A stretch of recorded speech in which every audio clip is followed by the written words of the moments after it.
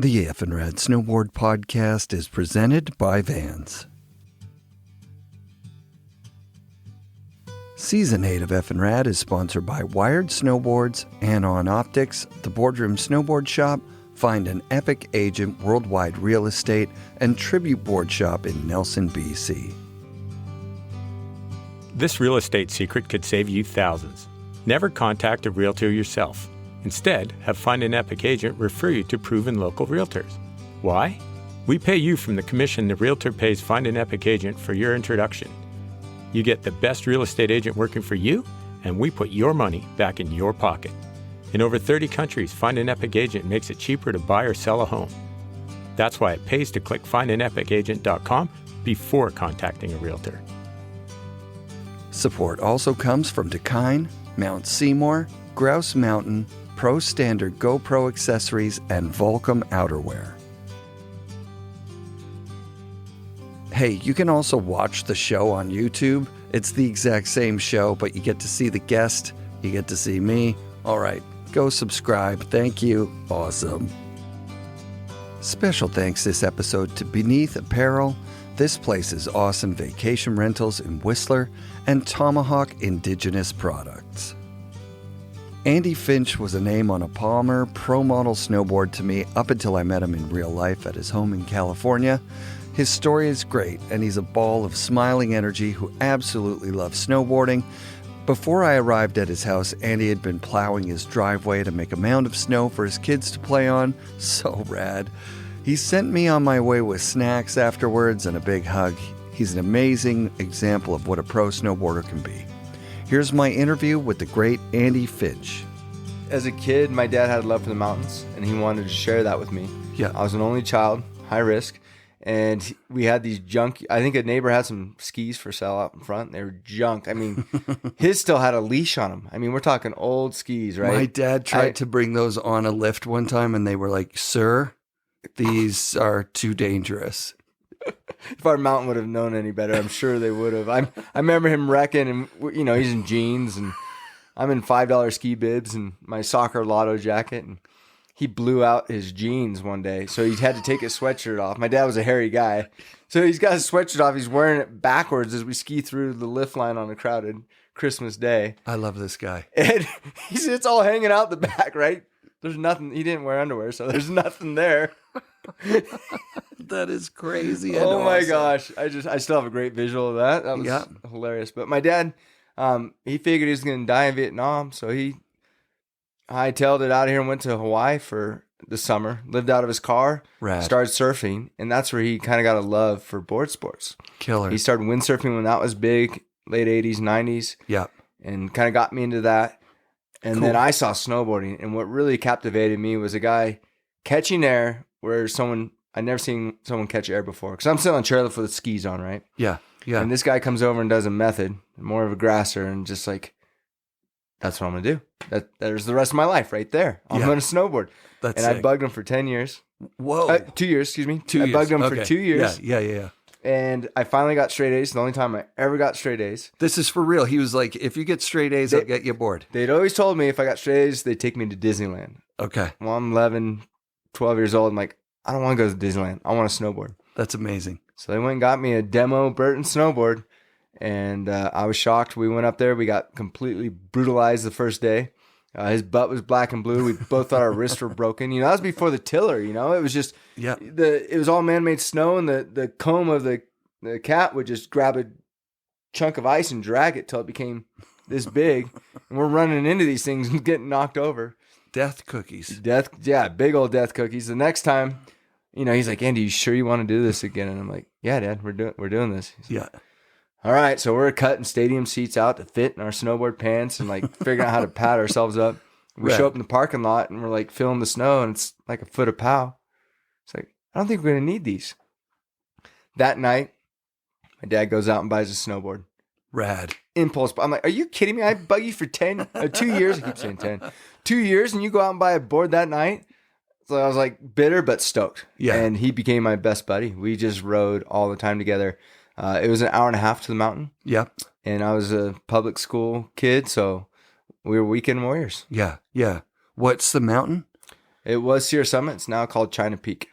Yeah, I've never even heard of it. Yeah, it's still a little podunk mountain, but it's fun. You ever go there? You still go? Yeah, when it's so I still visit my family in Fresno. Rad. And if there's good snow, yeah, it's a pretty cool zone of the the Western Sierras. It's basically like 30 miles by crow fly from Mammoth. Okay, Mammoth's on the eastern side of the Sierras. Yeah, and China Peak's directly on the west side.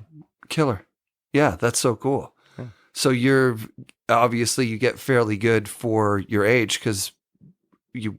When do you win your first nationals? Well, we had an incredible crew of local riders that I remember being this little, 13-year-old kid, maybe 12 at the time, like, can I ride with you guys, And I remember them just popping 180s everywhere. Yeah. And while they're pointing it, and I'm just trying to keep up. Right. And that was, chasing them around was just so fun. Do you know how perfect of timing it was for you to get a snowboard at that time? Because you're the first generation where they made kids boards that actually functioned. 93 was like, pre-93, there was a few things to choose from, but there not much that was very good. The early 90s were incredible.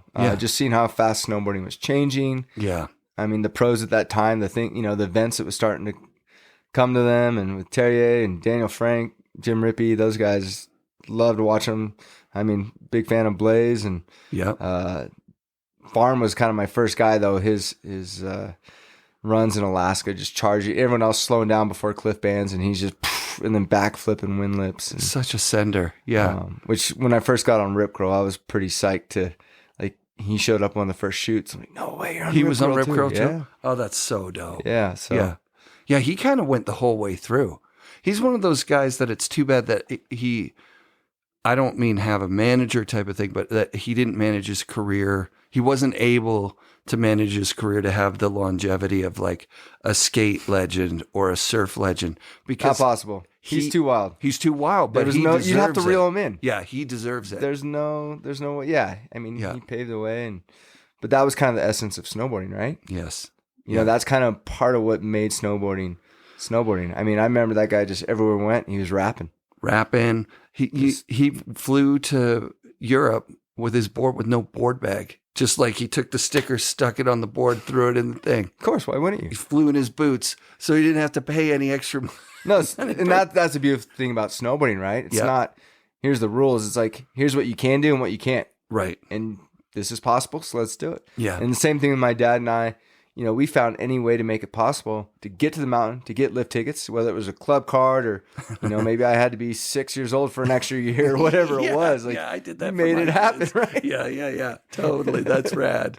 Now it's kind of hard to do all that stuff. I mean, it was just a different time. Yeah. The rules could be bent. A little bit. And all the skiers knew it, and we were hated for it. Absolutely. And because we were so hated, it made that small community of snowboarders so close. All those guys, they're my lifelong buddies. Yeah, cool. We're good friends still to this day. We just have this bond and connection that is unbreakable.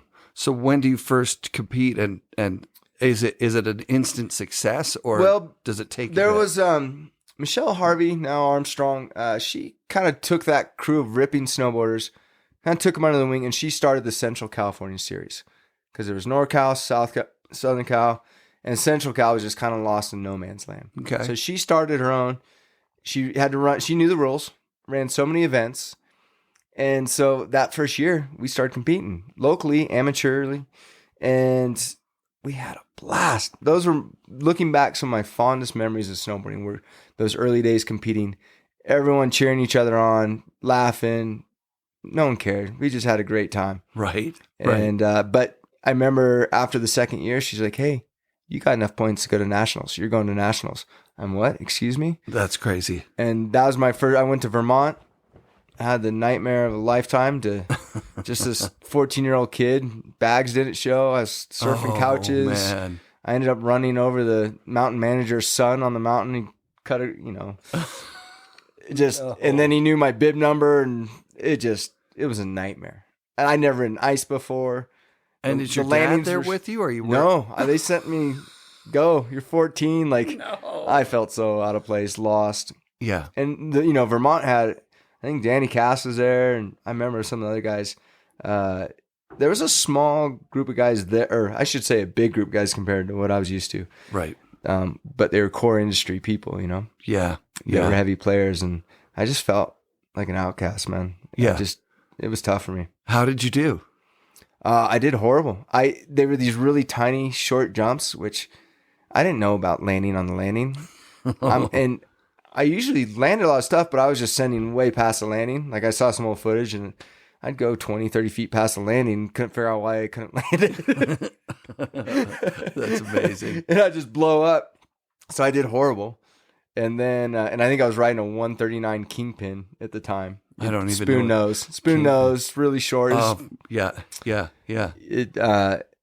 then the next year, it was in Southern California, Big Bear. And that was my snow, my conditions. Everything was bigger, better built. Yeah. And I did well. And that was my first time I won nationals. So you won.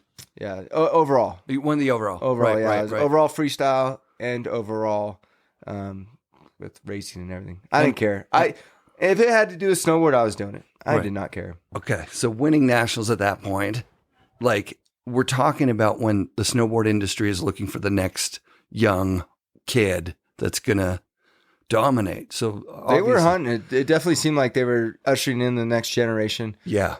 And something was kind of cool. I got put on the junior national team at that time. Okay. When you won nationals, you got put on the junior national team. Danny Cass, Lane Knack, they were on there. Gretchen Blyler, Kelly Clark eventually was on there. So a lot of the crew that we ended up coming up through the ranks with. It was really interesting too to hear some of the names that had been on that junior national team. Like kind of if you made that team, you ended up making it.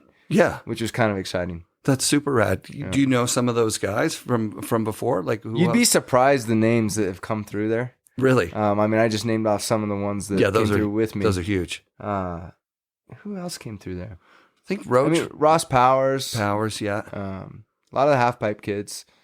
I'm not sure what it is about Halfpipe, but that's kind of where you made a career competitively. Absolutely.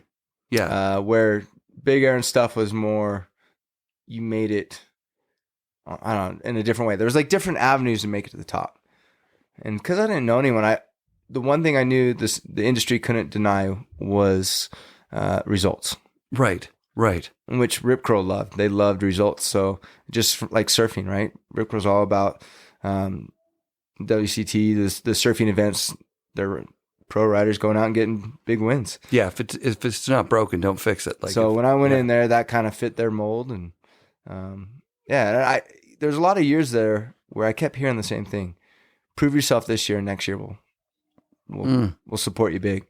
And I heard that quite a few years in a row, and nothing, which is hard. That was super hard. That is a bummer. So you're sponsored basically regionally. Is that what's going on? Until 99, once I hit won Junior Worlds. Yep. In Boardercross. Yeah. Swatch took me on. Palmer started paying me, and then I was on Swag for a couple more years, and then Rip Curl. I swapped the Swag. It kind of fizzled out. Did you talk Swag with Trent Bush and those guys, or did you already have Bob Klein as an agent at that point? Ooh, timing question. See, now we're starting to turn some wheels. Yeah. Gosh. So end of the 90s into early 2002, I think is around when Bob Klein came on, and that's kind of when some sponsors start changing. Got you. And that's also when I started showing up on the scene. Yeah. Because I was racing Boardercross till then. Okay. Boardercross dies. Yeah. Which I was like, I actually left Boardercross before it completely died. But I wanted to be in there. I wanted to be freestyle. And Boardercross was about staying low. Totally. Like, I'd be trying to, I love gapping the doubles or the triples, Rad. And Palmer's like, you're slow, dude. Stay on the ground. Stop trying to air those things. Dude, it's so sick to gap these things. They're so fun. Yeah. That's killer. So you start pivoting more towards freestyle at that point? Oh, yeah. If there was, I was doing border crosses, and if they had a big air that night, I was doing the big air too. I was sneaking away while people were practicing border cross, trying to get my feet wet in the half pipe. Yeah. Just trying to figure it out. Yeah. It was an opportunity for me to travel and to ride these bigger features that the local mountain I rode didn't have. Yeah. So where do you really get into half pipe? Because that's where... we did some trips up to Sierra Tahoe early on. Mm-hmm. like right before nationals. Like I need to go figure out how to ride pipe because all I knew is you want to go high, you jump. So I'd get to the lip and I'd jump and I land in the flats. Oh. Which at that point my knees didn't care. Right. I'd never been injured till the second week of the new millennium, where I crushed my knee on a 30-foot quarter pipe, G'ing out and fell a good 40 feet to flat. Oh God! Everything. I hit my chin on the board. I tried to land it. Yeah. I could at that point I landed everything. So like, I remember being in the air too, but like, oh shoot, how should I fall? Like that's a long way to go. Well, let's try and land it. And I just compressed. Oh my and God. Everything hurt. Yeah. A couple days later, I was in surgery, and they just started pulling stuff out. And What was it? Your knee? I basically crushed all the soft tissue in my knee. Yeah. And then 3 months, I was back in surgery. They were pulling more out because the tissue was dying from the compression. No. And which gave me a lot of early on arthritis. And I lost flexion. Like I have these door stops in my knee now. I can't even do a method anymore. It kills me. That's the worst. Like, how bad is that? Yeah. Like the best trick in snowboarding. Yeah. And it's embarrassing. I go to reach and I make it about halfway down my calf. Yeah. I have that with new boots. Like that. Oh yeah. New boots. It's like I can't get my. That's my everyday, bud. Oh man, sorry to hear that. But there's always switch methods. So those. Oh, that's badass. I can't even do a switch method.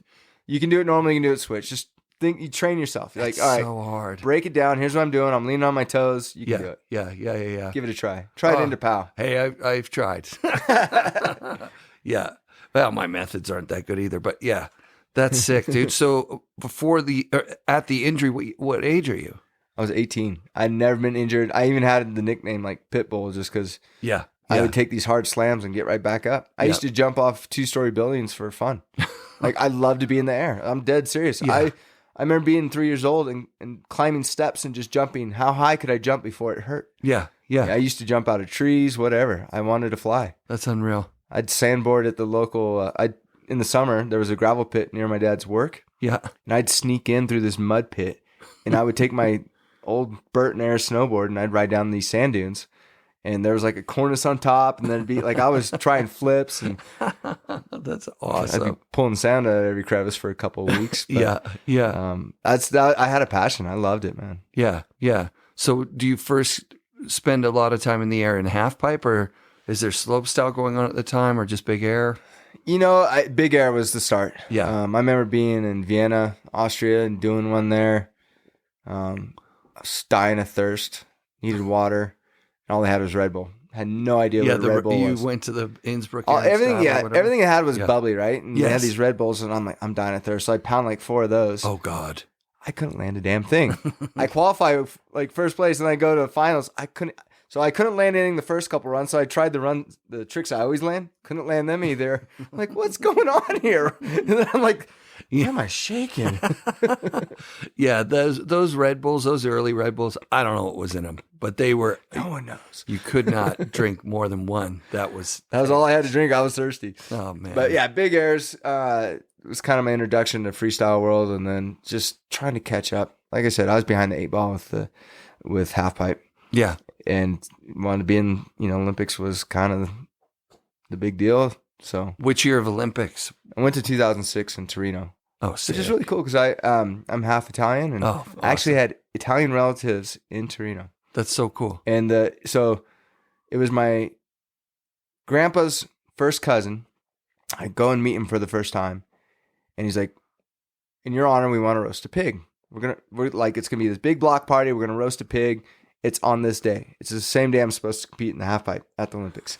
Oh no! And so like his nephew, he's translating to my great uncle, whatever, and he's like, he can't make it. He's here to do this event. You see, it's called the Olympic. Well, whatever. He's gonna roast a pig. You kid.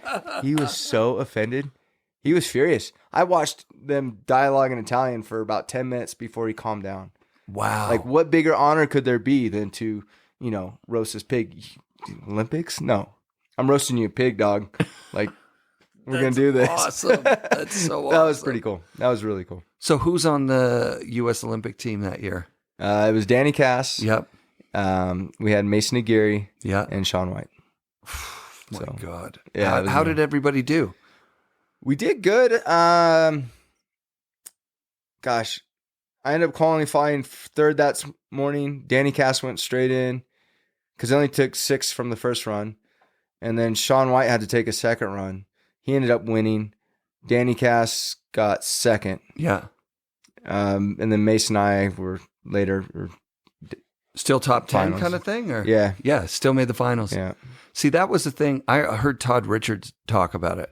He said, you know what, the U.S. didn't really participate that much in the Olympics. I mean, they did, but they didn't have an event, and they didn't really have like that kind of winning. Europe dominated Winter Olympics for a really long time. Yeah, well, I'll tell you what, all eyes were on the U.S. going into that one because the U.S. had just swept the podium in 2002. Exactly. So it was, all eyes were on us. It was kind of the showstopper. Yeah. And that's where Olympics, it was this unexpected thing. Yeah. Because 98 was kind of scandal, Ross Verbegliati. Oh, it was still a joke at that time, right? Yeah. The misfits. And... Yeah. It wasn't sure which way it was going to go. Then the sweep happens, and all of the American eyes are on. The year we went, they should have taken 14 guys from the U.S. Yes, and they took 4. Really? So it was a battle just to qualify. Yeah. All that battle. There were some new rules where each country only gets to take. No, that's just Olympics. I mean, there's all kinds of stuff. I mean, being on the team, you got a little taste of how ugly the politics of the Olympics are and what a big moneymaker it is. And that's why Terry boycotts it, and rightly so. I think so too. It's sad that they don't support the athletes more. They really take advantage of them. Mm-hmm. But either you could get caught up in that, or you could go enjoy this opportunity. Right. So I went and enjoyed the opportunity, and I'm really grateful for it. But I think behind any big organization, there's some nasty stuff going on. So hell yeah, it's like, take it for what it is, enjoy it. Yeah. What was the athletes' village like? The athletes' village. It's like a concrete jungle. It was like dorms. It was. Yeah. I mean, like these concrete dorms. Like it wasn't even finished. They were building it for the Olympics, and they just didn't quite get it done. Yeah. Everything was like, all the construction was still going on. Some people didn't have sinks, open plumbing. Wow. And we're used to going to these events where we're so looked after and pampered. Yeah. We were spoiled. Yeah. And we show up to this Olympic village, and there's like 4 dudes in a room, and and like we're on top of each other. And yeah. That part, honestly, it was great to be part of the team, but the village was kind of lame. What was really cool was how Olympics, if you were an athlete, you could kind of go anywhere. You got to go to all these athlete tents, and you could travel anywhere. Like you could hop any of the buses or trains for free, and just kind of show your card, and you went into these clubs, these parties, wherever you wanted. Yeah. So that part was really fun. Yeah. That was pretty special. It was totally different than anything we ever did. Yeah. So anytime you get a new experience, that's really cool. Yeah. Yeah. We had the Olympics in Vancouver in 2010. And how did that change Vancouver? Probably not at all, really. But for those 2 weeks, they built a road just for it, didn't they? Yeah, they did double wide the Whistler Road, so it created a faster road to Whistler. Well, we saw it change Park City. Yeah, it did. What did it do at Park City? Oh, it went from this kind of like chill ski town to this mega, just commercialized ski town that was kind of overwhelming. Everything's high speed and all these new condos. It just changed the look and the feel. Okay. And one of the reasons there's been a lot of pushback. Like they don't want the Olympics here. Right. We like the way Tahoe is. We don't want it to be this mega commercialized, which it's already kind of going that way with these villages. But it changes the face of a place. Yeah, I found Vancouver, I don't know what infrastructure. They built like an Olympic ring, you know what I mean? The stuff that you don't see anyways. Yeah. But they had the Vancouver Olympics at Cypress, which is the most bizarre choice for an Olympics ever. Our local mountains from time to time, they don't open for a season because it rains too much. Yeah. They're down low. And if you watch the cycles, like I watched the cycles, it was kind of like, 2010. That could be.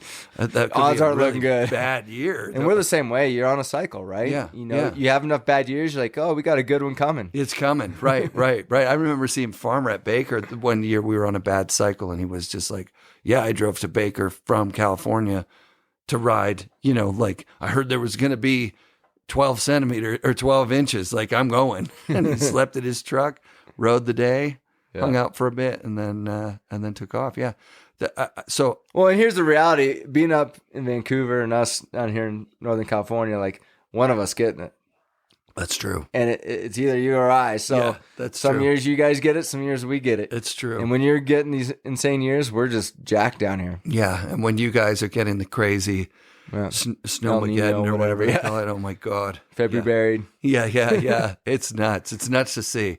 Yeah, this year we had Snowvember. It's November, Yeah. It's happening more now, I feel like. It feels like early season happens. You know, everyone always asks me, like, you think it's going to be a good year this year? I'm like, well, whatever they're saying it's going to be opposite. That is pretty consistent. Really, hey? Yeah, I always say I have a feeling this year's going to be a big one. I've been finally just bust out a little Canadian. Thank you. I've been waiting for the hey, you know, like I was like, where's your accent? Come on. All right, we got it. There you go. Yeah, totally. For me, it's the early season is every year is going to be the best. Yeah. Every year. So, you know, in 99, we broke all these snow records. Turns out that was also in like 79 and 59. Really? So like 10-year cycle. Yeah. So I think a 20-year cycle. Who knows? You just don't know, right? Like one storm could. I feel like here we're kind of like a 7-year cycle. 7-year cycle? Yeah, I heard that there was like a toilet bowl effect that's the El Nino, La Nina stuff, between Japan and Canada or the West Coast. But it doesn't seem to make any, if you actually looked at what they say, like you say. Whatever they say is pretty much going to be opposite. Forget about it. Yeah. Yeah. Well, years ago, they didn't have any weather stations far out. They were just at the shore. They're learning a lot, Yeah. but still, what are they looking at? 100 years? 150? Yeah. That's nothing. And like literally 20 years ago, they couldn't predict shit. So like you've got maybe I'm blown 15 away years. that what they can predict now. Yeah, like they're like Pretty incredible. it's going to turn to rain at noon, and you go up there and it's snowing, and you're like, "This is so great! There's no way it's going to turn." And then it starts raining on you at noon, Or even getting like within a couple inches is incredible. Yeah, Do you know how much moisture is going to fall? I don't know how they're doing it. Computer models, or who knows? AI. It's all AI. Yeah, AI, man. So, all right, Olympics happen. You do fairly well. What happens? I hope my from kids that? come through the mic. I can hear it a bit. They are rowdy. Yeah. Surprised it doesn't sound like we're under a train station. What age are they?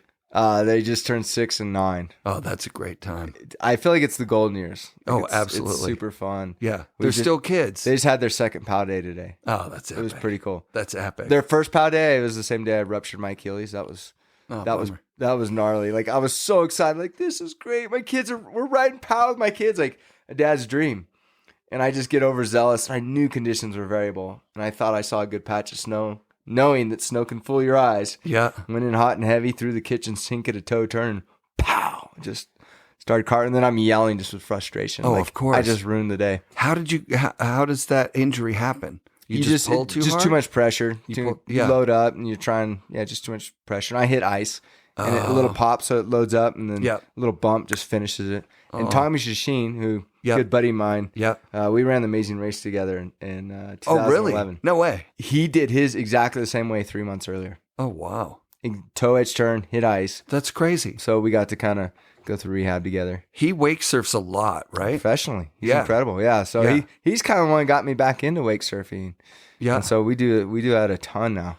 So that's what I do in the summer. Yeah, now. on Lake Tahoe. On Tahoe, man. So Tahoe's this perfect place if you wake. Other than it's freezing. And, is the lake cold? Yeah. I don't know if you guys can see that, but it really is that beautiful. That's Sand Harbor there. There's a fun trail called the Flume Trail above that, and when you look down, you're like, I'm looking at the tropics. Yeah. But where's the palm trees? I'm looking at pine trees. Yeah, so totally. It's beautiful. Yeah, 30 feet of visibility. Like crystal clear visibility. It's a really big alpine lake, probably one of the biggest ones in North America, right? I think it's the second biggest. Yeah. It's 1,600 feet deep, average 1,000 feet deep. Holy shit. It's huge. There's a lot of water there. Yeah, that's nuts. Yeah. I the last time I was here, I don't know, I just get used to being by the water. I think it's like that's sea level, but it's not even close. And it's so deep, one, it never freezes. Yep. Two, it never gets that warm. Yeah.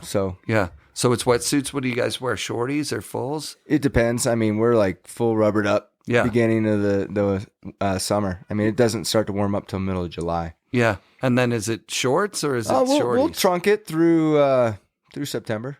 Really? Yeah. Oh, that's sick. But you might get up there some mornings in September and, it's 30 degrees out and you're just jumping in a boat. When and how do you get into the boat stuff?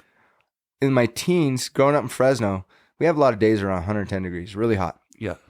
And so I would work, my dad's business was just down the street from the lake.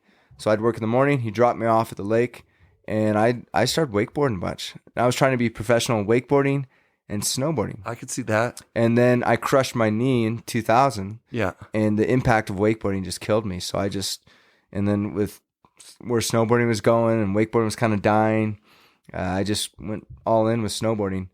So I had that background with boats, a lot of time, had a lot of the tricks on dial. Yeah. And then wake surfing was fun. I found surfing when I was 16. I spent a lot of time. That was a beautiful thing about Fresno. You were an hour and a half from the coast, hour and a half from the mountains. Cool. So I was once I turned 16, I was driving back and forth nonstop surfing and had a love for the ocean. Yeah, your 16th birthday sounded like it was quite the day. How do you get your license on your very first day of being 16? In Canada, when can you get your license? You can do it when you're 16, but there's some sort of like, you got to do like young drivers or you got to do some at sort 15 and a half, Yeah. you can get a permit. Okay. So you go take a test, you get Yeah. a permit, and Yeah. then you can drive. You have to drive so much under your parents' Yes. driving, and Yeah. then you have to schedule it. And I scheduled to take my test that day. Nice. Like the morning, as soon as they open, Yeah. I booked it as early as I could, Amazing. which I was just motivated. Yeah. And so I got my driver's license when I turned 16. Amazing. And little did Palmer and Swag both know that the gear they sent me showed up on my 16th birthday. So All I of got it. my first 2 sponsors Wow. and my driver's license when I turned 6. I'm What a like day. What a happiest day. kid on the face of the Yeah, earth. that's incredible, man. Yeah, there are some places in Canada where you can get a driver's license early, Yeah. like what you're talking about. But now, it takes like 4 years to get a full license. And it should. yeah, yeah, it should. Yeah. There should be some kind of snow driving course. Oh in my there. God, of course, right? Yeah, like I have my full license at 16, and we just took the car. I and should we're have like, never been given my license. Yeah, we drove like 16 hours. We're like, let's go surfing. And we drove out to Cape Cod. It's like so far away from where we lived. Should have never been allowed to drive. Yeah, that was nuts. Especially rental cars. I mean, our whole goal every time we got a rental car was to make sure it caught air before we returned it. Jumped every rental car. Oh my God, that's awesome. So you would drive and go surf and then drive and go snowboarding. So yeah, that's pretty sick, dude. Oh, that's why I can't leave California. I love it. Yeah. Except you can do that a lot. I've done it in New Zealand, Alaska, Norway, Chile. Where else? I think there's one other spot I'm missing, but Australia as well. Surfed and snowboarded in the same day. Oh, all of those you did them in the same day. All of those in the same day. Oh, dude. It's kind of like, yeah. I don't know, it's kind of this thing, right? Did you compete in that like surf snow challenge I down did. in Bend? Yeah. How fun was that? Actually, not the Bend one. They did one They here did one in California. Yeah. For a couple of years. Yeah, yeah. Yeah. It turns out I really wasn't as good at surfing as I thought I was. I think wasn't that the thing? Were the surfers better snowboarders or were the snowboarders better surfers? Oh, man. The skateboarders and surfers. Yeah. I think just because snowboarding's just not as hard. It's so honestly. easy. It's right? so easy. Yeah. Compared to learning how to surf. Surfing's so Or hard. surfing well. Yeah. Right. They crushed it. I did a little floater and thought I'd get some points and got like a 3 or something. Like, what? Come on, guys. Oh, no. Did a rock to fakie. Come on. Like, what? In the half pipe. Yeah. But we had a blast with it. It was really fun. Oh, so it was a three event. Yeah, like skating, surfing, surf, and snowboarding. snowboarding.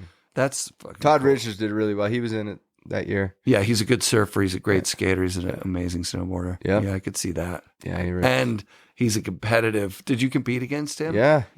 I was kind of coming in as he was going out, but he was definitely winning events when I showed up on the half pipe scene. Yeah. I looked up to him a lot, especially just.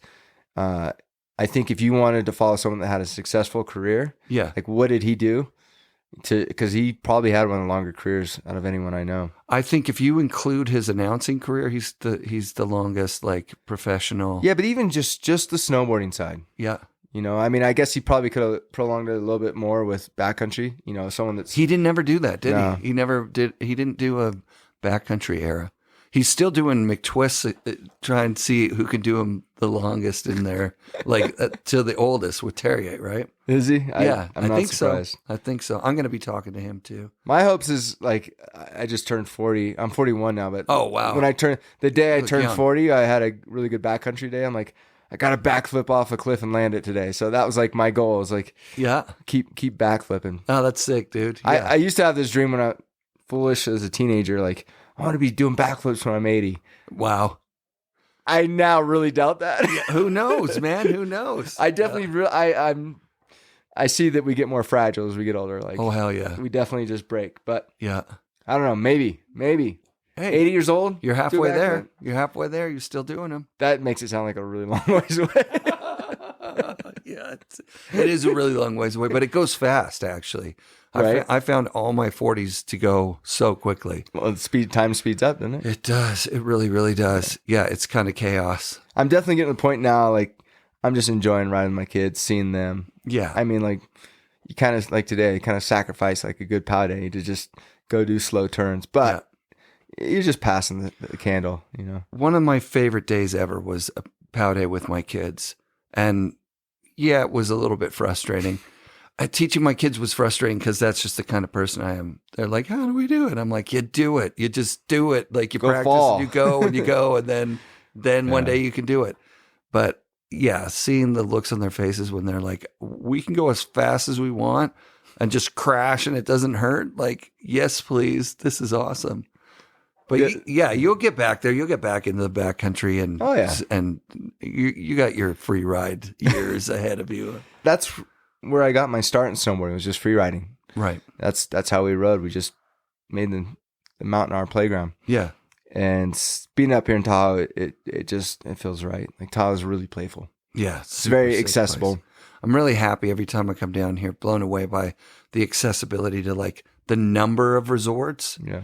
And just like, you know, there's a lot of hungry people. Like how busy was it today?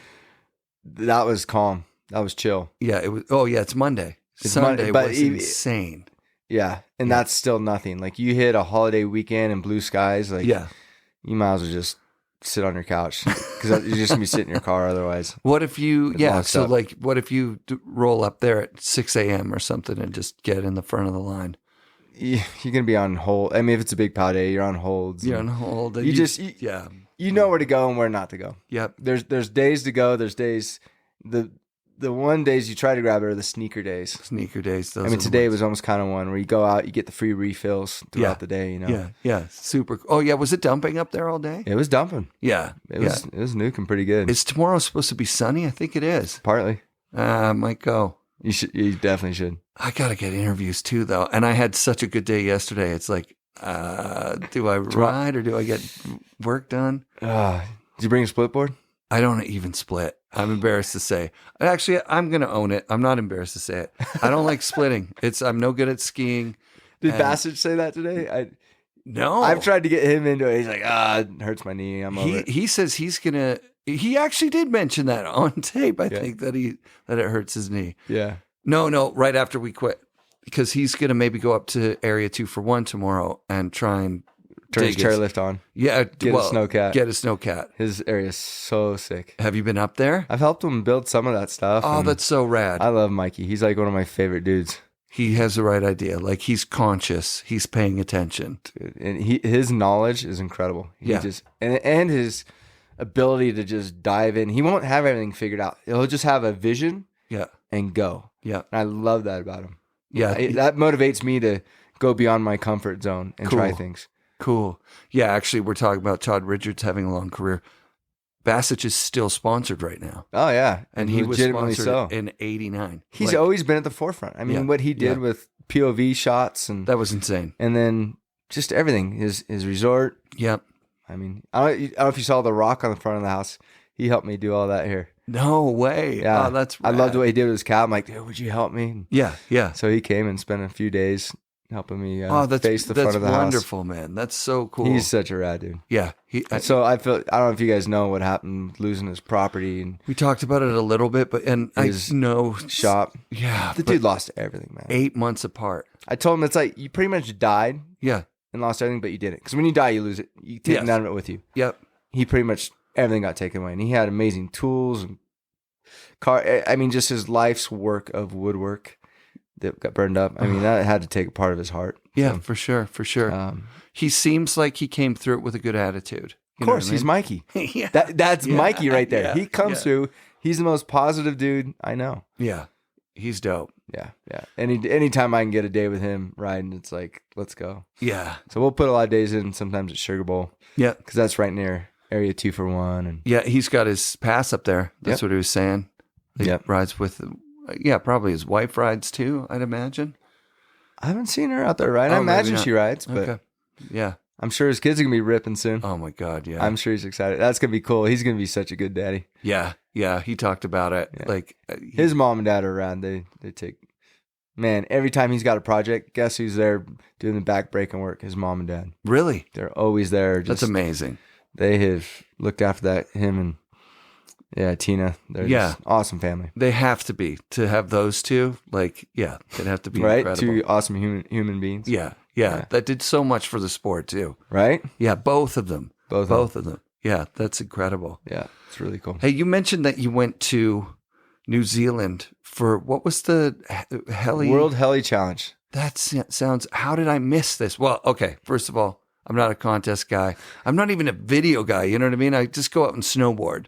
But I know the names of people that have had a lot of fun doing it, that have gotten in the magazines. Like that. But that sounds like something, that sounds New like Zealand's supernatural. wild. I mean, just with Queenstown and the kind of the X factor that's going on with bungee jumping and jet boating, they just kind of had this edgy lifestyle. Okay.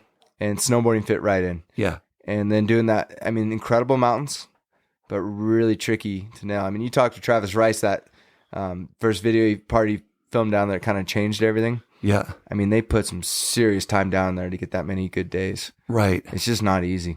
Right. Flat. There's no trees, so flat light, very susceptible to avalanche, wind. It just rips through there. So to get it good, and we had one year where like our freestyle day was just scary because it'd be pow.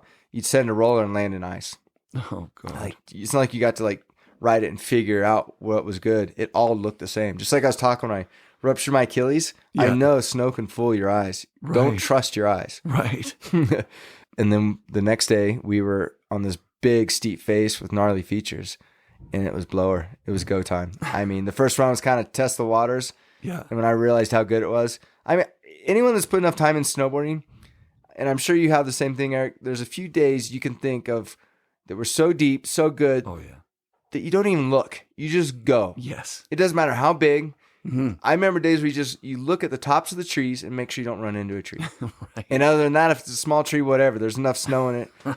I mean, there's probably a handful of days that I can think of like that. And that day at the Heli Challenge was like that. So this is a contest that's run in fresh snow. Yep. And what's the format? 2 runs or something? It's kind of like, it's more visual inspection, Yep. 1 run, and if there's time, do 2. Oh, It's wow. all done by a bird. Yep. Kind of, the Freeride World Tour does something similar. Yeah. Yeah. The big dogs, because that's how video parts are filmed, right? It's not like you get test runs. You can't track it up, Right. because it's going to ruin the shot. So you take a picture, you study it, you go up, you plan your line, and go kick some butt, Yeah. and hope you stick it. Yeah. Hope it doesn't stick you.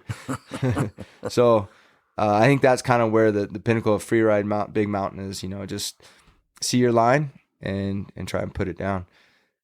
Yeah. So, and that was the World Heli Challenge. And it was an event back in, I think it was the 90s, and then they brought it back. And I think Rip Curl was the title sponsor, so they sponsored again. So that was kind of cool. Oh, that's rad. And to be a part of the Rip Curl team. Yeah. So that was neat. What other contests like that? You went to the Arctic Challenge? Yeah, I did a bunch of Arctic Challenge. We did, I think I was part of 9 X Games, and Holy shit. did the 1 Olympics. I think I only actually was able to ride in half of them because half of them I was injured. Yeah. Including the one I got injured right for the Olympics, and I couldn't practice at all. I tore my Lis franc.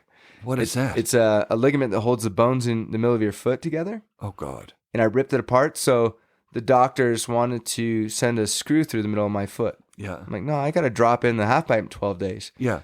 So, and I couldn't even walk. So I showed up on crutches, and and they tried to pull me from the team. I'm like, I'll sit on my snowboard and go down. I worked hard to get here, which is super selfish. I'll admit. They had Ross Powers is there to take my place if I couldn't ride. Oh, poor Ross. I know, after winning in 2002. Yeah. And I was just like, I'm riding. Actually, the day of, I took one practice run. Like, we're good. Next run, qualified third. Nice. And then practice went great going into finals. And like, all right, TV hold, everyone take one more run. Took one more run and broke my wrist. Oh, God, no. But whatever, still ride. You can ride with a broken wrist. This is nuts. So your foot is fucked. You've got a broken wrist. And your back was seized too. I couldn't turn to the left. Oh, my God. And you're in the half-pipe finals. Yeah. In Torino. You can push through anything for a few minutes. So. Oh, my God. I actually had a pretty good run going. I just was going a little bit bigger than I was in practice, and I landed past into the half-pipe. Yeah. Snapped the nose of my board off, and that was it. Wow, man. That's nuts. Yeah. That's nuts. That has always been the thing about competitive snowboarding that has baffled me, and skateboarding. I'm sure it's the same in surfing. Like, a lot of athletes are hurt going into the bigs. Like, you're hurt a lot of the time. Like, a lot. The Red Bull athletes have like this world pretty much all the time rehab. But it's amazing what you can do with a good support team with rehab. I mean, I couldn't have done that without the physio that I was going through nonstop. Yeah. FNRad down in SoCal, he was traveling with me, and dude, magic man. He was just constantly hitting these trigger points, turning muscles on. I'd go beat him up, turn him off. He'd turn them back on. I mean, Olympics, he was working on me 3 times a day. 3 times a day. Yeah. Holy shit. But it was a miracle I was able to ride. Straight up miracle. It is a miracle. Like, break your wrist and you don't just like go to the hospital and no, just wrap it up. Wrap keep the going. wrist. Unfriggin' believable. So, I mean, that's the thing that I'm thinking, like, it's like that Die Hard, right? Like, you've got that one day, and so much goes into that one day that, you're that's hard. Yeah, I feel bad for a lot of the Olympic athletes, just because to put that much pressure on someone one day out of 4 years. Yeah. How heavy is that? And then 4th place to the end. I mean, a snowboarder could blow it, and next week they got another event in Norway, and it's right. some huge event. So it's not a make or break for a snowboarder. Right. It could make a snowboarder overnight. Yeah, totally. But it wasn't going to break a snowboarder overnight. Right. Yeah, I remember when Red Gerard won, he was like, it's just a contest. I'm just at another contest. Yeah. It's the same as every other I think there was contest. something to that, because I think most snowboarders had that view of Olympics. Mm-hmm. It wasn't the everything for them. Right. And I think there's almost a draw from the public, like, how could these guys not care that much? Like, there's this draw that they're just not all about it and not attached to it. Right. Well, the 98 Olympics, we're talking about, so the people that are there for the classic events have been training for this their whole life. They've had physiotherapy and trainers and all the wax technicians, all that stuff.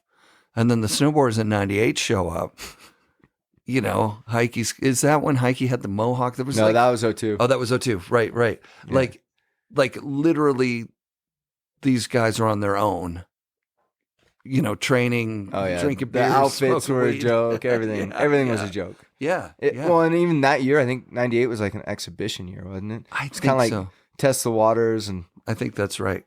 98, and then 2002 is... It went huge, Park City. Yeah, the boys swept the podium. JJ, Danny, turf. and Ross. Yeah, that's home turf. Nuts. Yeah. That sent everything in a different level for sure. Yeah, and then Shaun White, too. He was coming up into his own. Did you ride with him a bunch? Yeah, I mean, I was competing with him at Nationals when he was 7. Yeah. And then seeing him around Tahoe. And so, we saw him. And one of my good friends I grew up with was directly competing with him in the amateurs. Because he was like 7. I think he was 7 years younger than me, maybe 6 years younger. Yeah. Mikey Rentz was on the Burton team the same. They kind of came up together. Yeah. They would do those road trips together in the beginning. And I mean, Mikey went completely the other direction, right? Like this soulful free rider guy, super freestyle backcountry guy. And, Shaun is Shaun.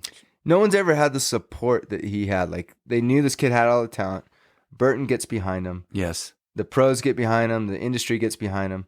So everything was laid. All he had to do was go out, land on his feet, and win. Yeah. And he did. He was bred to win, man. There's something crazy about the path he took. Like, he was like a superstar guy that wasn't really a part of the community, it felt like. He kind of did his own thing. Once you hit a different level, it's hard. I mean, I saw the falling out with his buddies. You know, he was close with Pierce and some of those guys. And I remember the day they kind of had a falling out in locks.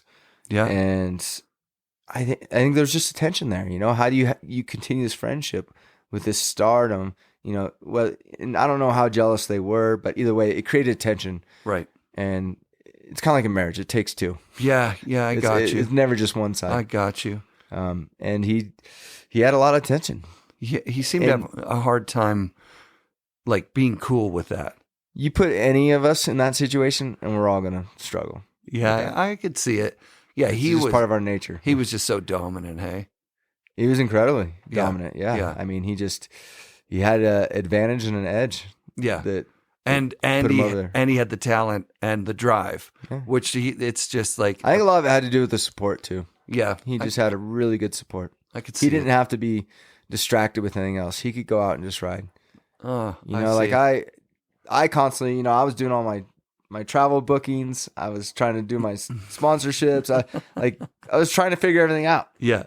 And so I think that kind of takes away some of your focus, where he could just every day. Yeah. You know, even like going to public school. That took away, right? I was 5 days a week. I was sitting in a classroom instead of riding. Oh man. Yeah. There's no academy out here that you could have gone to or something like that? I remember once we went to nationals, I got some letters about academies, but you know, you look at my parents didn't have the money to send me. It's expensive. Yeah. But the kids that went to those academies did really well. Oh, hell yeah. And honestly, I didn't really want to be in Vermont. Like, I kind of wanted to be, I wanted to be in Cali. I'm just, like I said, man, the coast, even where I live now in Tahoe, like when I'm looking at a house, I'm like, all right, how quick can I be to the beach? Yeah. How quick can I be to an airport? Yeah. And that was kind of it. Like, I could come home, I could line up some photographers, get some shots, jump on a plane. I could shoot down and go surf for the day. Yeah, that's amazing. It's just a lifestyle that I kind of just, really appealed to me, and I always wanted to be a part of my life. Yeah, I really want to hear about the Arctic Challenge, because that was Terrier's kind of, thumbing his nose at the Olympics, or like, this is what an event can be like. How fun was it to go to those events? I think, I mean, if you're into other sports or like tennis, like the U.S. Open was kind of the pinnacle. Like, that's what everyone wanted to go do. And for a snowboarder, your event you wanted to go do well at and be a part of was the Arctic Challenge. It wasn't X Games. It wasn't Olympics. Yeah. You talk to any snowboarder, they wanted to be at the Arctic Challenge. And why is that? Just Terry kind of being the legend that he was of snowboarding and being kind of the grandfather, the head figure, his design and big transitions with the backdrop of the fjords, to follow up with surfing in the fjords, everything about it. And not to mention, when you went to be a part of it, you were experiencing the Norwegian lifestyle. I mean, like, we're eating well and all kinds of crazy fish that you never would eat. It just, the whole experience was incredible. The local people were so welcoming and so supportive. I mean, all the kids got out of school and showed up. Cool. I mean, the town showed up when they did an event. Even just the backhoe dug quarter pipe, not to mention the biggest airs row he's done there, right? Yeah. And that was kind of my thing. Like, in Halfpipe, I was always battling Ante Adi for the win in the Halfpipe. Yeah. He was doing back-to-back 1080s, and I was trying to go bigger on everyone. Yeah. Yeah. You know, I fit my mind, like, win the crowd, win the judges. Yeah. I always tried to win the crowd. Yeah. Sometimes it worked, sometimes it didn't. That's sick. So that was my niche. So I kind of focused on it, right? Like, all right, I know I can go bigger. And I think a lot of it came back to being at a mountain where I chased around these older guys that were better than me. Yes. And we rode fast so that we could hit the natural features with speed so that we could fly. Yeah. That ushers me into Boardercross. I learned how to go fast. I chased Palmer around. Here's how you sit on a snowboard. Here's how you take a line through a turn. That transitions into Halfpipe. Palmer's making these fast boards. So, you know, honestly, my Halfpipe board, it sounds like you distributed them for a while. I don't know if you ever rode it. it really wasn't that fun to freeride on, but man, It's too stiff. exactly. Yeah. But you could go about 3-4 feet higher in the half pipe. Yeah, yeah. It ripped in the half pipe. Yeah. I remember people saying like, your board kind of sucks for freeride. I'm like, and I still have some of them, and I realize it now. Right. I'm like, yeah, I don't ride that thing anywhere except in the half pipe. Yeah. And mine were actually stiffer than the production ones. Oh my God. They were, but That's incredible. they were super stable. And Yeah. and now I realize that if I go to a normal board, I'm going about 3 to 4 feet smaller, Of course. Yeah. if not more. Like Yeah. it makes a huge difference. Yeah. Feels like just a little wet noodle. Like, how are you going to hold an edge and get your speed? Yeah. And then Right. the pipes went from, the 18 to 22, Yeah. right around, I was right around 06. Okay. And my favorite event at the time was in Locks in Switzerland, and they had the first 22. Oh, wow. And you could go huge. Like, I remember the first time I rode that thing, I feel like I'm hitting a 60-foot kicker. Like, I got time in the air to do whatever. I mean, a 720 felt like a 3. Wow. And even 9s and everything was it was floaty. And that was one of my guys I always looked up to, John Paderas. He would do this like frontside 3 off his toes. He never grabbed his board, but it looked like he was floating because his board would go this way and he'd spin this way. Yeah. And he just kind of had this, kind of like Michael Jackson doing his moonwalk, Sure. but on a snowboard. Yeah. And that always had this attraction. I always wanted things to look floaty. I didn't want it to be spinning like a top. I wanted Yeah. to feel like I'm flying and floating. Yeah. And that half pipe allowed it. And I fought hard, like, put this in the Olympics, but no one could ride it because you had to go so much faster. Yeah.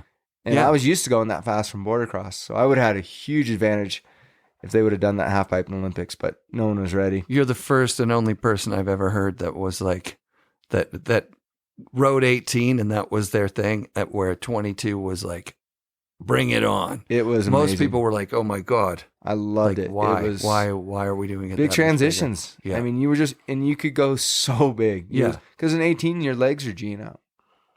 Right. And it was easy to miss transition. Right. Oh, that's crazy cool to hear. Yeah, I rode 22 one time, and look, I couldn't ride 18 great. 12. I like 12 and 14. Those are To go great. 2 feet out, you're mocking across the flat bottom. It's so scary. And yeah.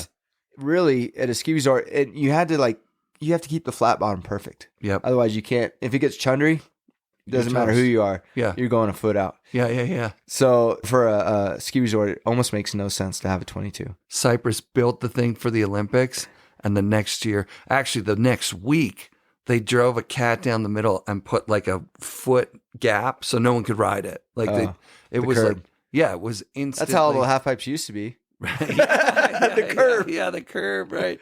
It Until was Frank Wells was like, no, guys, here's how you dish it out. it was so sad because we thought that was it. We're gonna have a half pipe forever, and they never built it again. Oh my gosh. Yeah. That is devastating. It was such a bummer.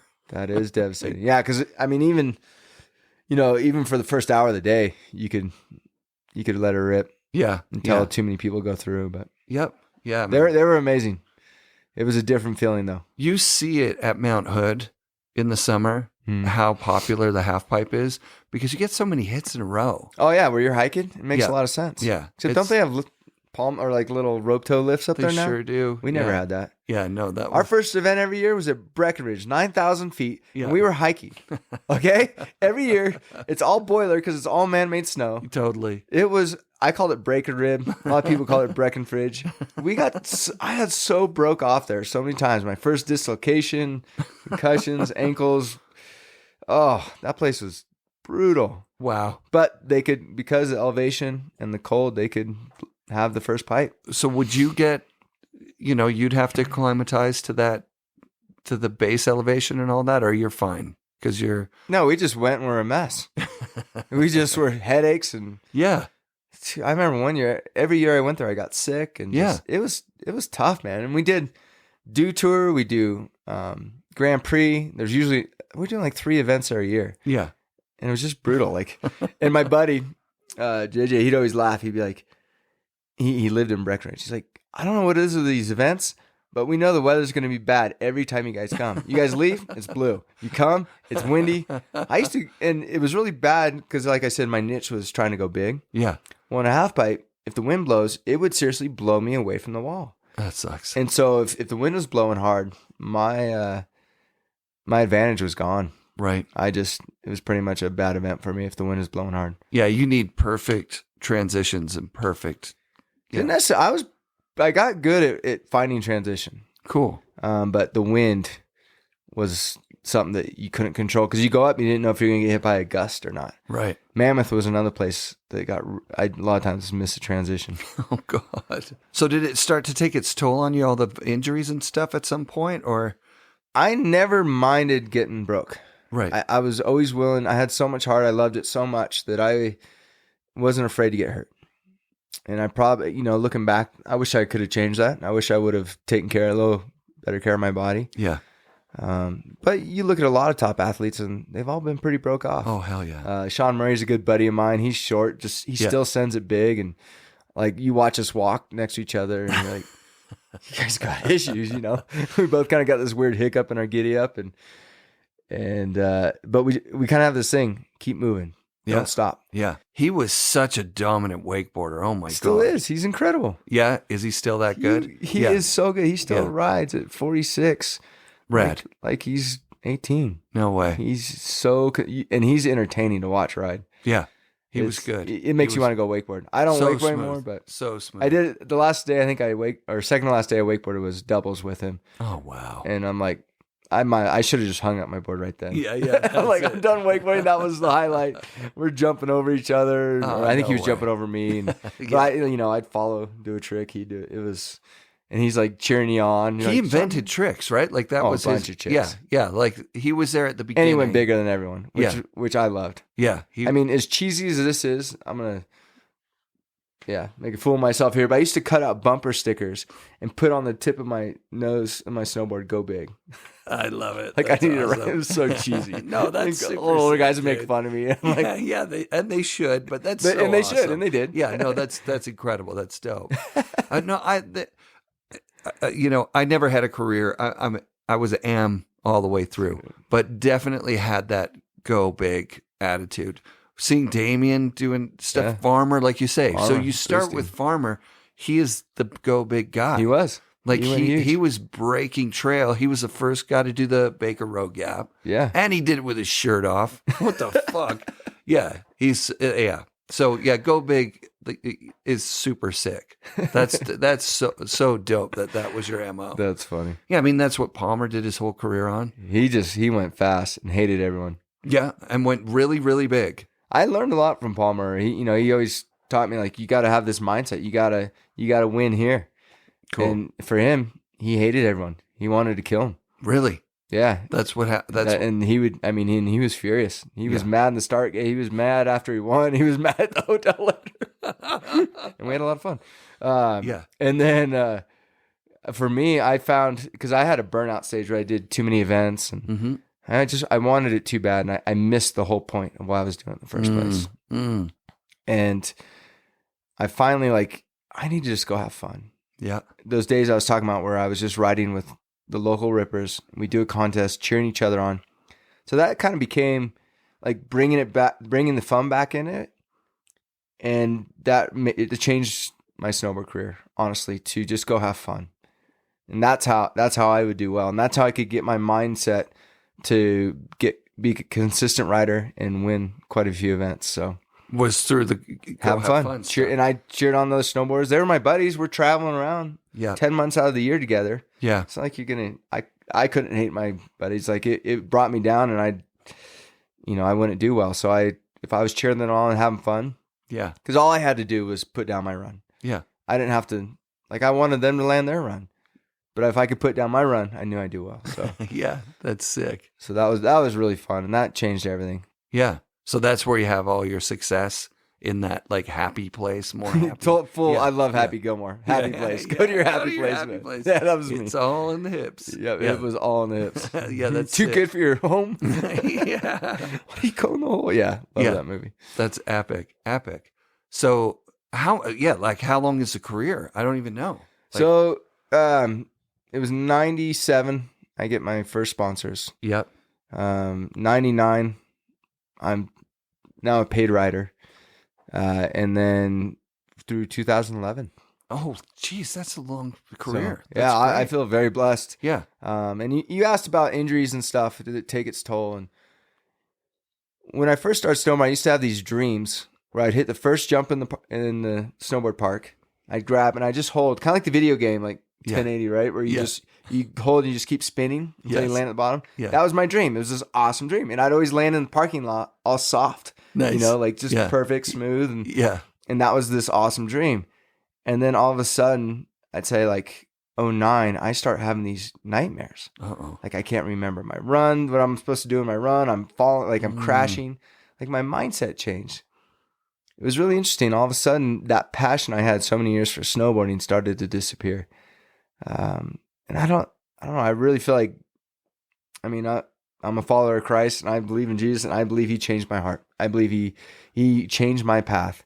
And in 2011, Freeride World Tours, I had won the World Heli Challenge. They gave me a full ride to do the Freeride World Tour. I go to a couple stops and I'm praying through this. I'm like, Lord, I don't know what I'm to do because I feel like I have a change of heart, but I have this opportunity. I know I can push through and recreate myself as a snowboarder. I've done it in the past, but I also know what's at stake moving forward. And I know I want to start a family, but I just kept praying through it. And I went to the first stop. I did this silly little fall, like stupid little nose buckled, tumbled, stopped right before a cliff, dropped it, rode down. I was like, well, blew that run, right? You can't fall. So like, we'll come to the next event. No big deal. Everyone falls. And praying through that too. And that event, I changed my riding. I usually don't do much billy goating. I kind of like ride fast, try to go big. Yeah. Do some tricks or something. And I took this billy goat line where you kind of have to shut down your speed, go through a no fall zone. And then I could ride out with speed. I get in the no fall zone. I do the little air and I just land on teeth. It was all rock. And it just grabs my board. And I start tomahawking through rocks. And I remember seeing rocks exploding. I had a camera on my head. And if you put it in slow-mo, you see exploding. Like I'm bouncing off rocks, tumbling down this face. The event organizers on the radio, medics get to him before I even stop tumbling. Like I'm still tomahawking. And he's like, medics get down to him. And I just had this peace that like an angel was with me, protecting me as I hit these rocks. And I come out, I land on my feet, and I ride out, hit a cliff, and ride into the flat bottom. Just like, I'm okay, I'm alive. And the riders, they're feeling like, what, dude, you're dead. You should not be standing. I did have a hole in my hip from one rock, but it was like 5 stitches. And but I rode out, and I just felt like I needed to hang it up. That was it. I'm like, they invited me to the next stop, and I'm like, I need to go home. Mm-hmm. I need to go just chill. I felt like this door was closing. I kept trying to push it open. Kind of like if you got your foot in the door, right? You can't close it until you pull your foot out. So I just pulled my foot out. Yeah. And the door came slamming shut. 07 to 09 was pretty hard on the snowboard industry. Yes. It really took its toll. And I was a pretty high paid rider by industry standards at that point. So I think, you cut Andy and you got a lot of your budget back. Yeah. And then, trying to reinvent myself. I'm not doing halfpipe anymore. I kind of gave like a half go at the Olympics 2010 qualifying, but I was dislocating like crazy. I just blew out. I had surgery and blew it out 11 months later. Oh no. And I'm starting to run out of spare parts. Yeah. Like I've had 9 surgeries at that point. Oh God. I just had my 10th. So, I'm running out of spare parts, and I just needed to just chill. And I had 7 sponsors. Yeah. I'm like, well, maybe I'll lose half. It'll still be enough to live off. I lost every single sponsor that year. 7 for 7. Like January 1st, all gone. Oh. I'm like, okay. But like I said, I was praying through it, and I just knew, like, I'm not going to plan anything for 3 months. Here we are, 11 years later, almost 12 years later. I still haven't planned anything. And wow. Just Lord has provided job after job, opportunity after opportunity. I wanted to go into physical therapy, but I had never had time, and now I really don't have time. I'm pretty busy, and so the Lord provided. And what kind of jobs are we talking? Man, for a while, I did anything. Well, I was starting to do some announcing. Yeah, I think I mumbled too much. Maybe you noticed. No, man, you sound great.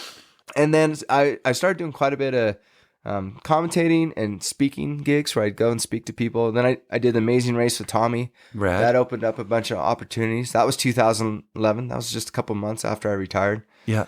Forced retirement. Even though I kind of I felt it was time to walk away. I had a couple pretty major problems with like dislocating and a thumb that wasn't working, and Jeez. I just needed to get some stuff fixed. Yeah. And it wasn't like you could get it fixed and go back to snowboarding because you're beating your body up. Yeah. Yeah. And these are like last chance qualifiers. Like you get this fixed, Yeah.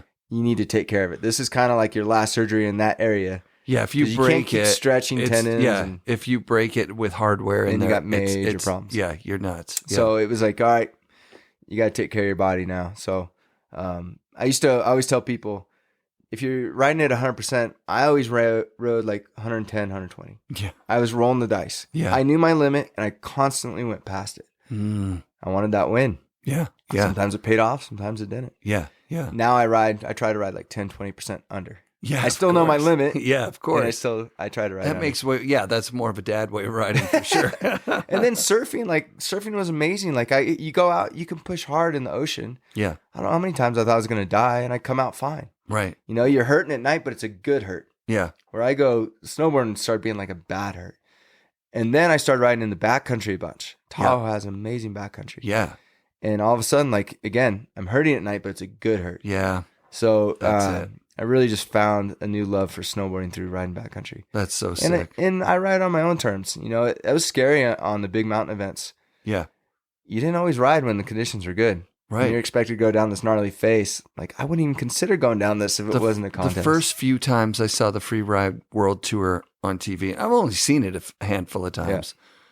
When you're saying you didn't usually Billy Goat, it's like, and even Travis Rice's natural selection, like you see what happens. You've got this big wide mountain, but if somebody takes a line and you see them chuff a jump and then another jump, they connect these features together.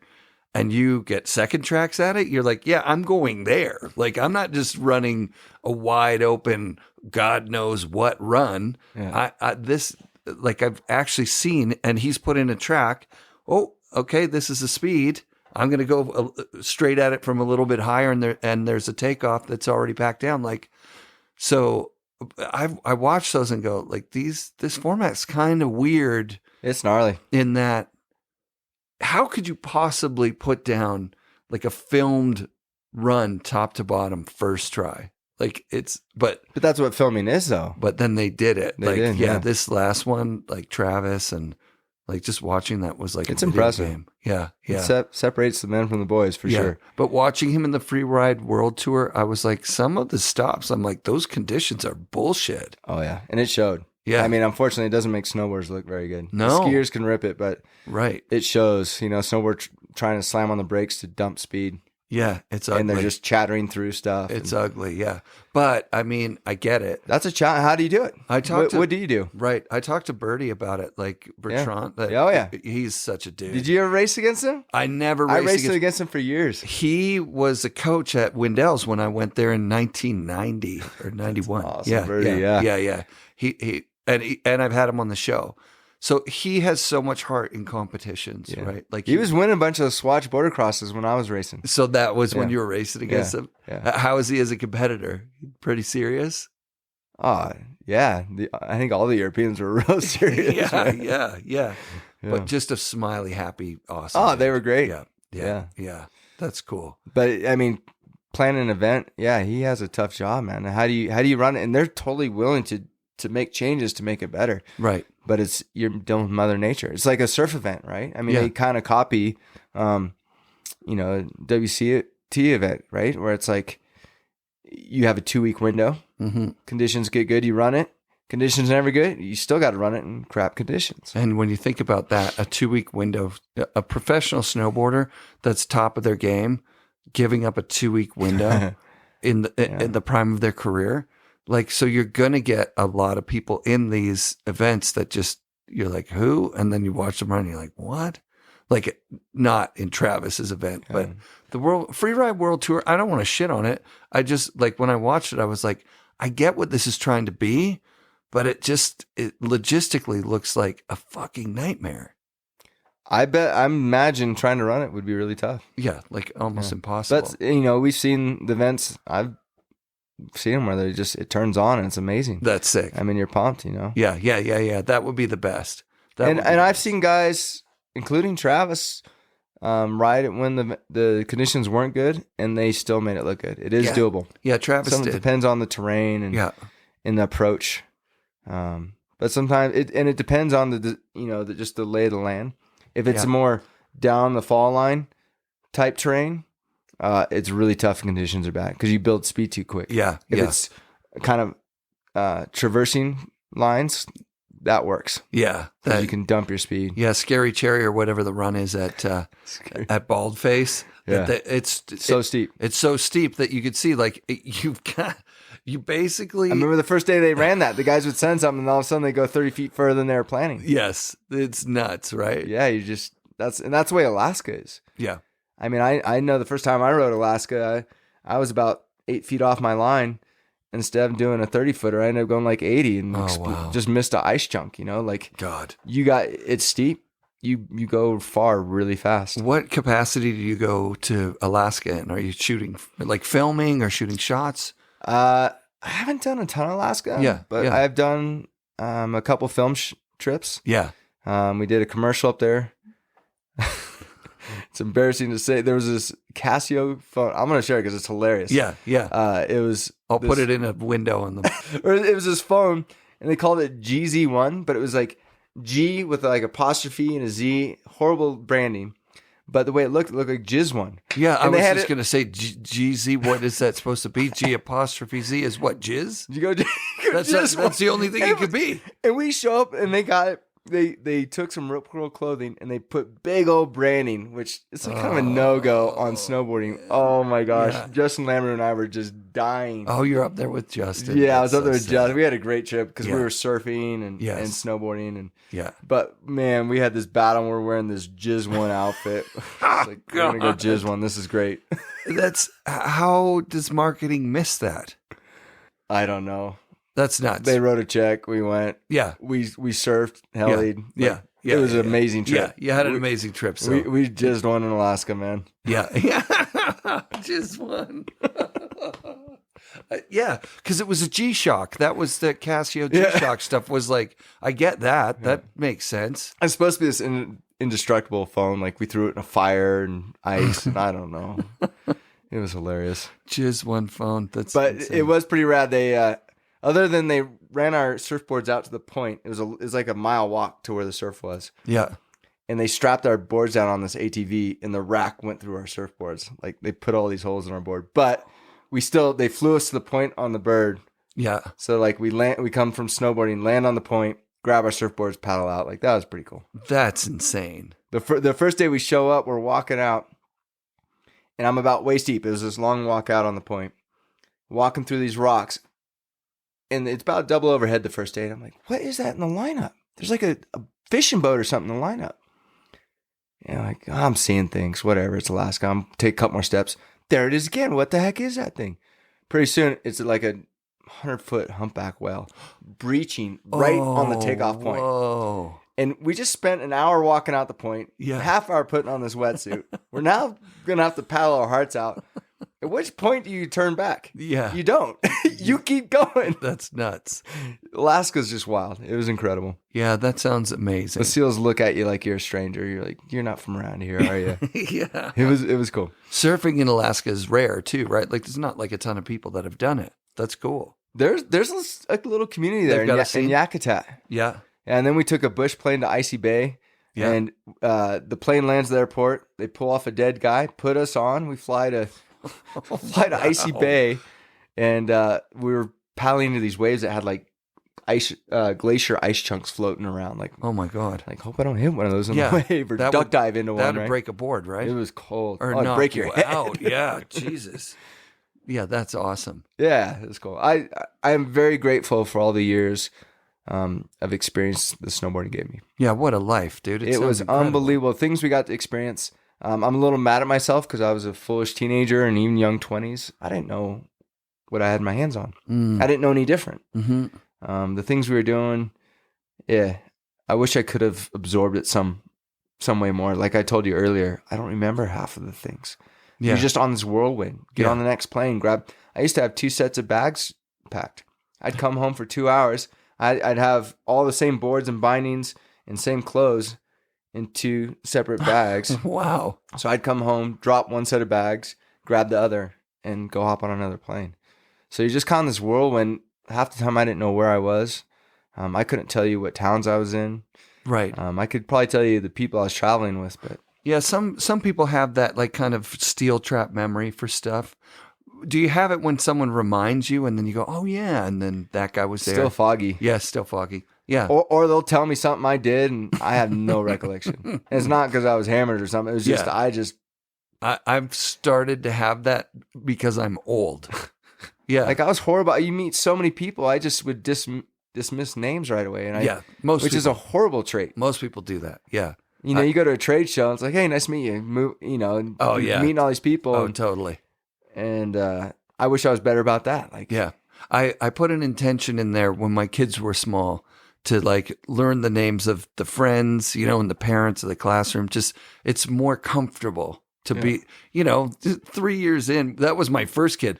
My second kid, it's like, how many kids you got? I got 2. 2? All right. And by grade 1 for my second kid, I That's didn't good. know You still got a kids. hand for each of them, right? Yeah. You holding this one, or you smack that one? Yeah, totally. How old are your kids? Yeah, 23 and 19. They're not kids. No, they're not. That's true. That's, yeah. Sorry, didn't mean to break that to you. Yeah. I still think of them as my kids. Yeah. Yeah. Oh, they'll always totally. will be. Yeah. Yeah. They're great too. They're unbelievable. But You're yeah. blessed. Yeah. So now I've started forgetting like full on events where I'm like, my parents visited. And my wife's like, yeah, remember we went to that restaurant? That's why you have your wife. Yeah. And I'm like, I don't even, no, I don't. Yeah. And Can it's you a warn me when I need to frustrating remember these things? Yeah. It's a frustrating feeling to especially if somebody was like, remember that trip we went to, wherever we had such a time. And you're like, oh, we went to wherever together? Went to Europe? What? That's sick. Did she get mad at you? Not yet, because No, it's no. really, we're at the first one. So I don't know what it you is. just had the first one. Yeah, I don't know what it is. It's bong resin territory. or I'm not sure. Like, because I'm not a heavy drinker anymore. I don't smoke weed all the time. Like, so I should be clear. I should be crystal, but there's just too much Do stuff concussions play into it? I don't. in there. Yeah, concussions. I know for that sure. could be my excuse. You seem pretty crisp, man. I've got some friends that have had some major concussions, and that is not a fun one. Have you had like multiples? Oh yeah. Oh, dude. But they never like. I grew up playing soccer, and Yep. I used to take pride in being able to kick a basketball as high as I wanted and then head it. I'd have adults kick as high as you can, and I'd head it. Like I had a hard head. Yeah, the pit bull. I used to hit my head all the time growing up, Yeah, and so I think it got pretty darn hard. And Yeah. and snowboarding, it never bothered me. I'd hit my head, and I had a couple concussions. Lightning bolts to your eyes, a little loss of memory, or Yep. Yeah. one in New Zealand was really weird, where everything I would know I'm looking at Eric, Yeah. but you look different. Oh, It was this wow. weird. I don't know. It was really weird. But either way, none of them really bothered me, lingered. And then I think it was like in, 2018 or something. I hit my head, not even that hard, Yeah. but it lingered for 3 months. Mm-hmm. Like I hit my head. I'm like, shoot, I should probably chill. I feel like I might have just got a concussion. Mm-hmm. And then sure enough, 10 minutes later, I had a lightning bolt through my eye. And No. and then it lingered for 3 months, which I never had happened, which I think that was residual. So, Yeah, because they pile up on each other. or I'm just getting old. Well, yeah. It's just turning to mush up there. Yeah, I mean, your demeanor and your happiness, it doesn't seem like you have like crazy post-traumatic stress, By the grace of God, man. but it definitely seemed like towards the end of your career there, your body was trying to tell you something. Like, it was time. Buddy. It was time. I was starting to run out of spare parts, and Yeah. I just needed to chill. Yeah. I wanted to start a family, and the timing was so good. Yeah, and when my did you knee meet played your a big wife? in 2005 or 2004, somewhere in there. Yeah, so through those last few years of competing, she was like, Yeah, we got married a year later, yeah.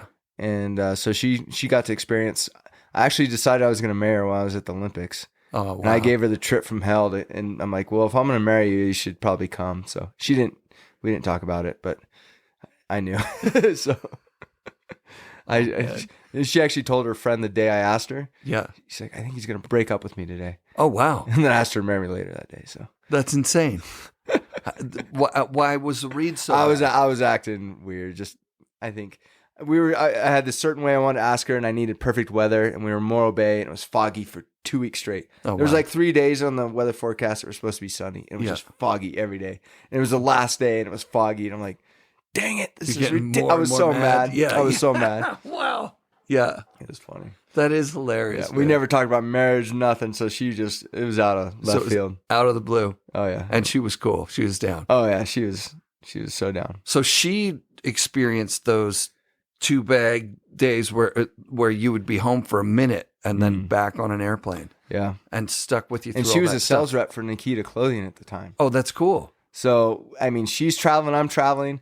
I think about 4 months into it, I'm like, this isn't going to work. Right. We'll never see each other. Right. And I made good money. She didn't need to work. So yeah, so then we kind of had a rule of thumb. If I went somewhere for more than 2 weeks, she came. Oh, that's so right. She got to do a bunch of cool trips. And if I went to Japan, she came. She loved Japan. Oh, killer. Yeah, Japan was rad. Yeah, Japan seems awesome. It's amazing culture. Yeah. The humility, the humbleness, the red carpet. Love that place. My oldest took Japanese. And so, I want to surprise her with a trip one day. It'd be so fun to go. I mean, I want to go there for POW. Somebody told me it's pretty flat, actually. I think Hakko gets pretty steep, but I don't know. It's just lots of snow. It's so deep, though. It's so right? good. Yeah. They get just the pool of moisture that they're and the blower POW. Oh my God! Yeah, it looks too good. I'm pretty excited. I actually got a trip planned this year through Tahoe Surf Company. Oh, cool. We're gonna go coach and take a family over there and nice do some snowboard in Japan again. Oh, that's epic. So you still got your toe in the water. I mean. Shoot, when it turns on in Tahoe, I know 2017 and 2019 it was so good. Like we were getting some shots published and it was rad. Like and it's not like we were even trying. It's just when it gets good here, it's easy to make stuff look amazing. Oh yeah. So we got some great shots and so we'll still film, still shoot, and it's just fun. Just go out with the boys, have a good time, get a drone shot. Yeah. Whatever. Oh, that's so sick. Chill. I mean, I don't know how anyone has a professional career. The script's been rewritten. It's been rewritten, isn't it? Yeah. It's totally different. Well, when you look to I don't even want to get into Let's not go there. Yeah. Because it's a completely different thing. It's more realistic. Like some of the money you guys were making, like how does a company afford to pay that? You know what I'm saying? Yeah. Like because it's based on projections. It's like we're going to double our sales. And then when that doesn't happen, they're like, oh, we better do it next year because we did all our projections on this growth. But the cool thing is it's still kind of this free range. It's make it up as you go. I think that's what has always made snowboarding what snowboarding is. The pro snowboarders that I've talked to of this generation, they've got so much heart and so much passion for it. That's cool. It's the same. Good to hear. They're the same people. You know what I mean? And they're making the rules up as they go. It's not 100%. It's not like this is how you do it. Right. And I think that's what always gave snowboarding that awesome image. Yeah. Well, or bad image. Yeah, that's true. Right. Make it up as you go. Awesome. I mean, I could go forever. We just did an hour and a half. I'll let you get back to your family, dude. They're all asleep already. It's good. I'm the late nighter. Thank you so. Oh. We're gonna close it out with a little tune. I think. All right. Well, it is Christmas. Yeah, I'm gonna turn the. I'll check out this little beauty, little Star Dave. This is a replica from the violins that were made in the concentration camps by the Jews. Oh my God! If it was an actual one, it'd be worth about $500,000, but it would sound like crap because what they had access to in the concentration camps wasn't good wood or anything. Yeah, of course. But this is a replica, so it's kind of cool. It's got some cool inlays. And so I started when I was 4. Yeah. Bought my mom for 14 years. She was a piano teacher. She said, you can't quit till you're 18. And so when I turned 18, I quit. Mom. But guess what?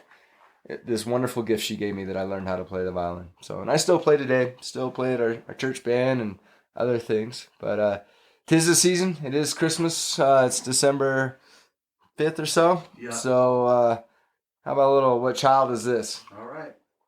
How does it start?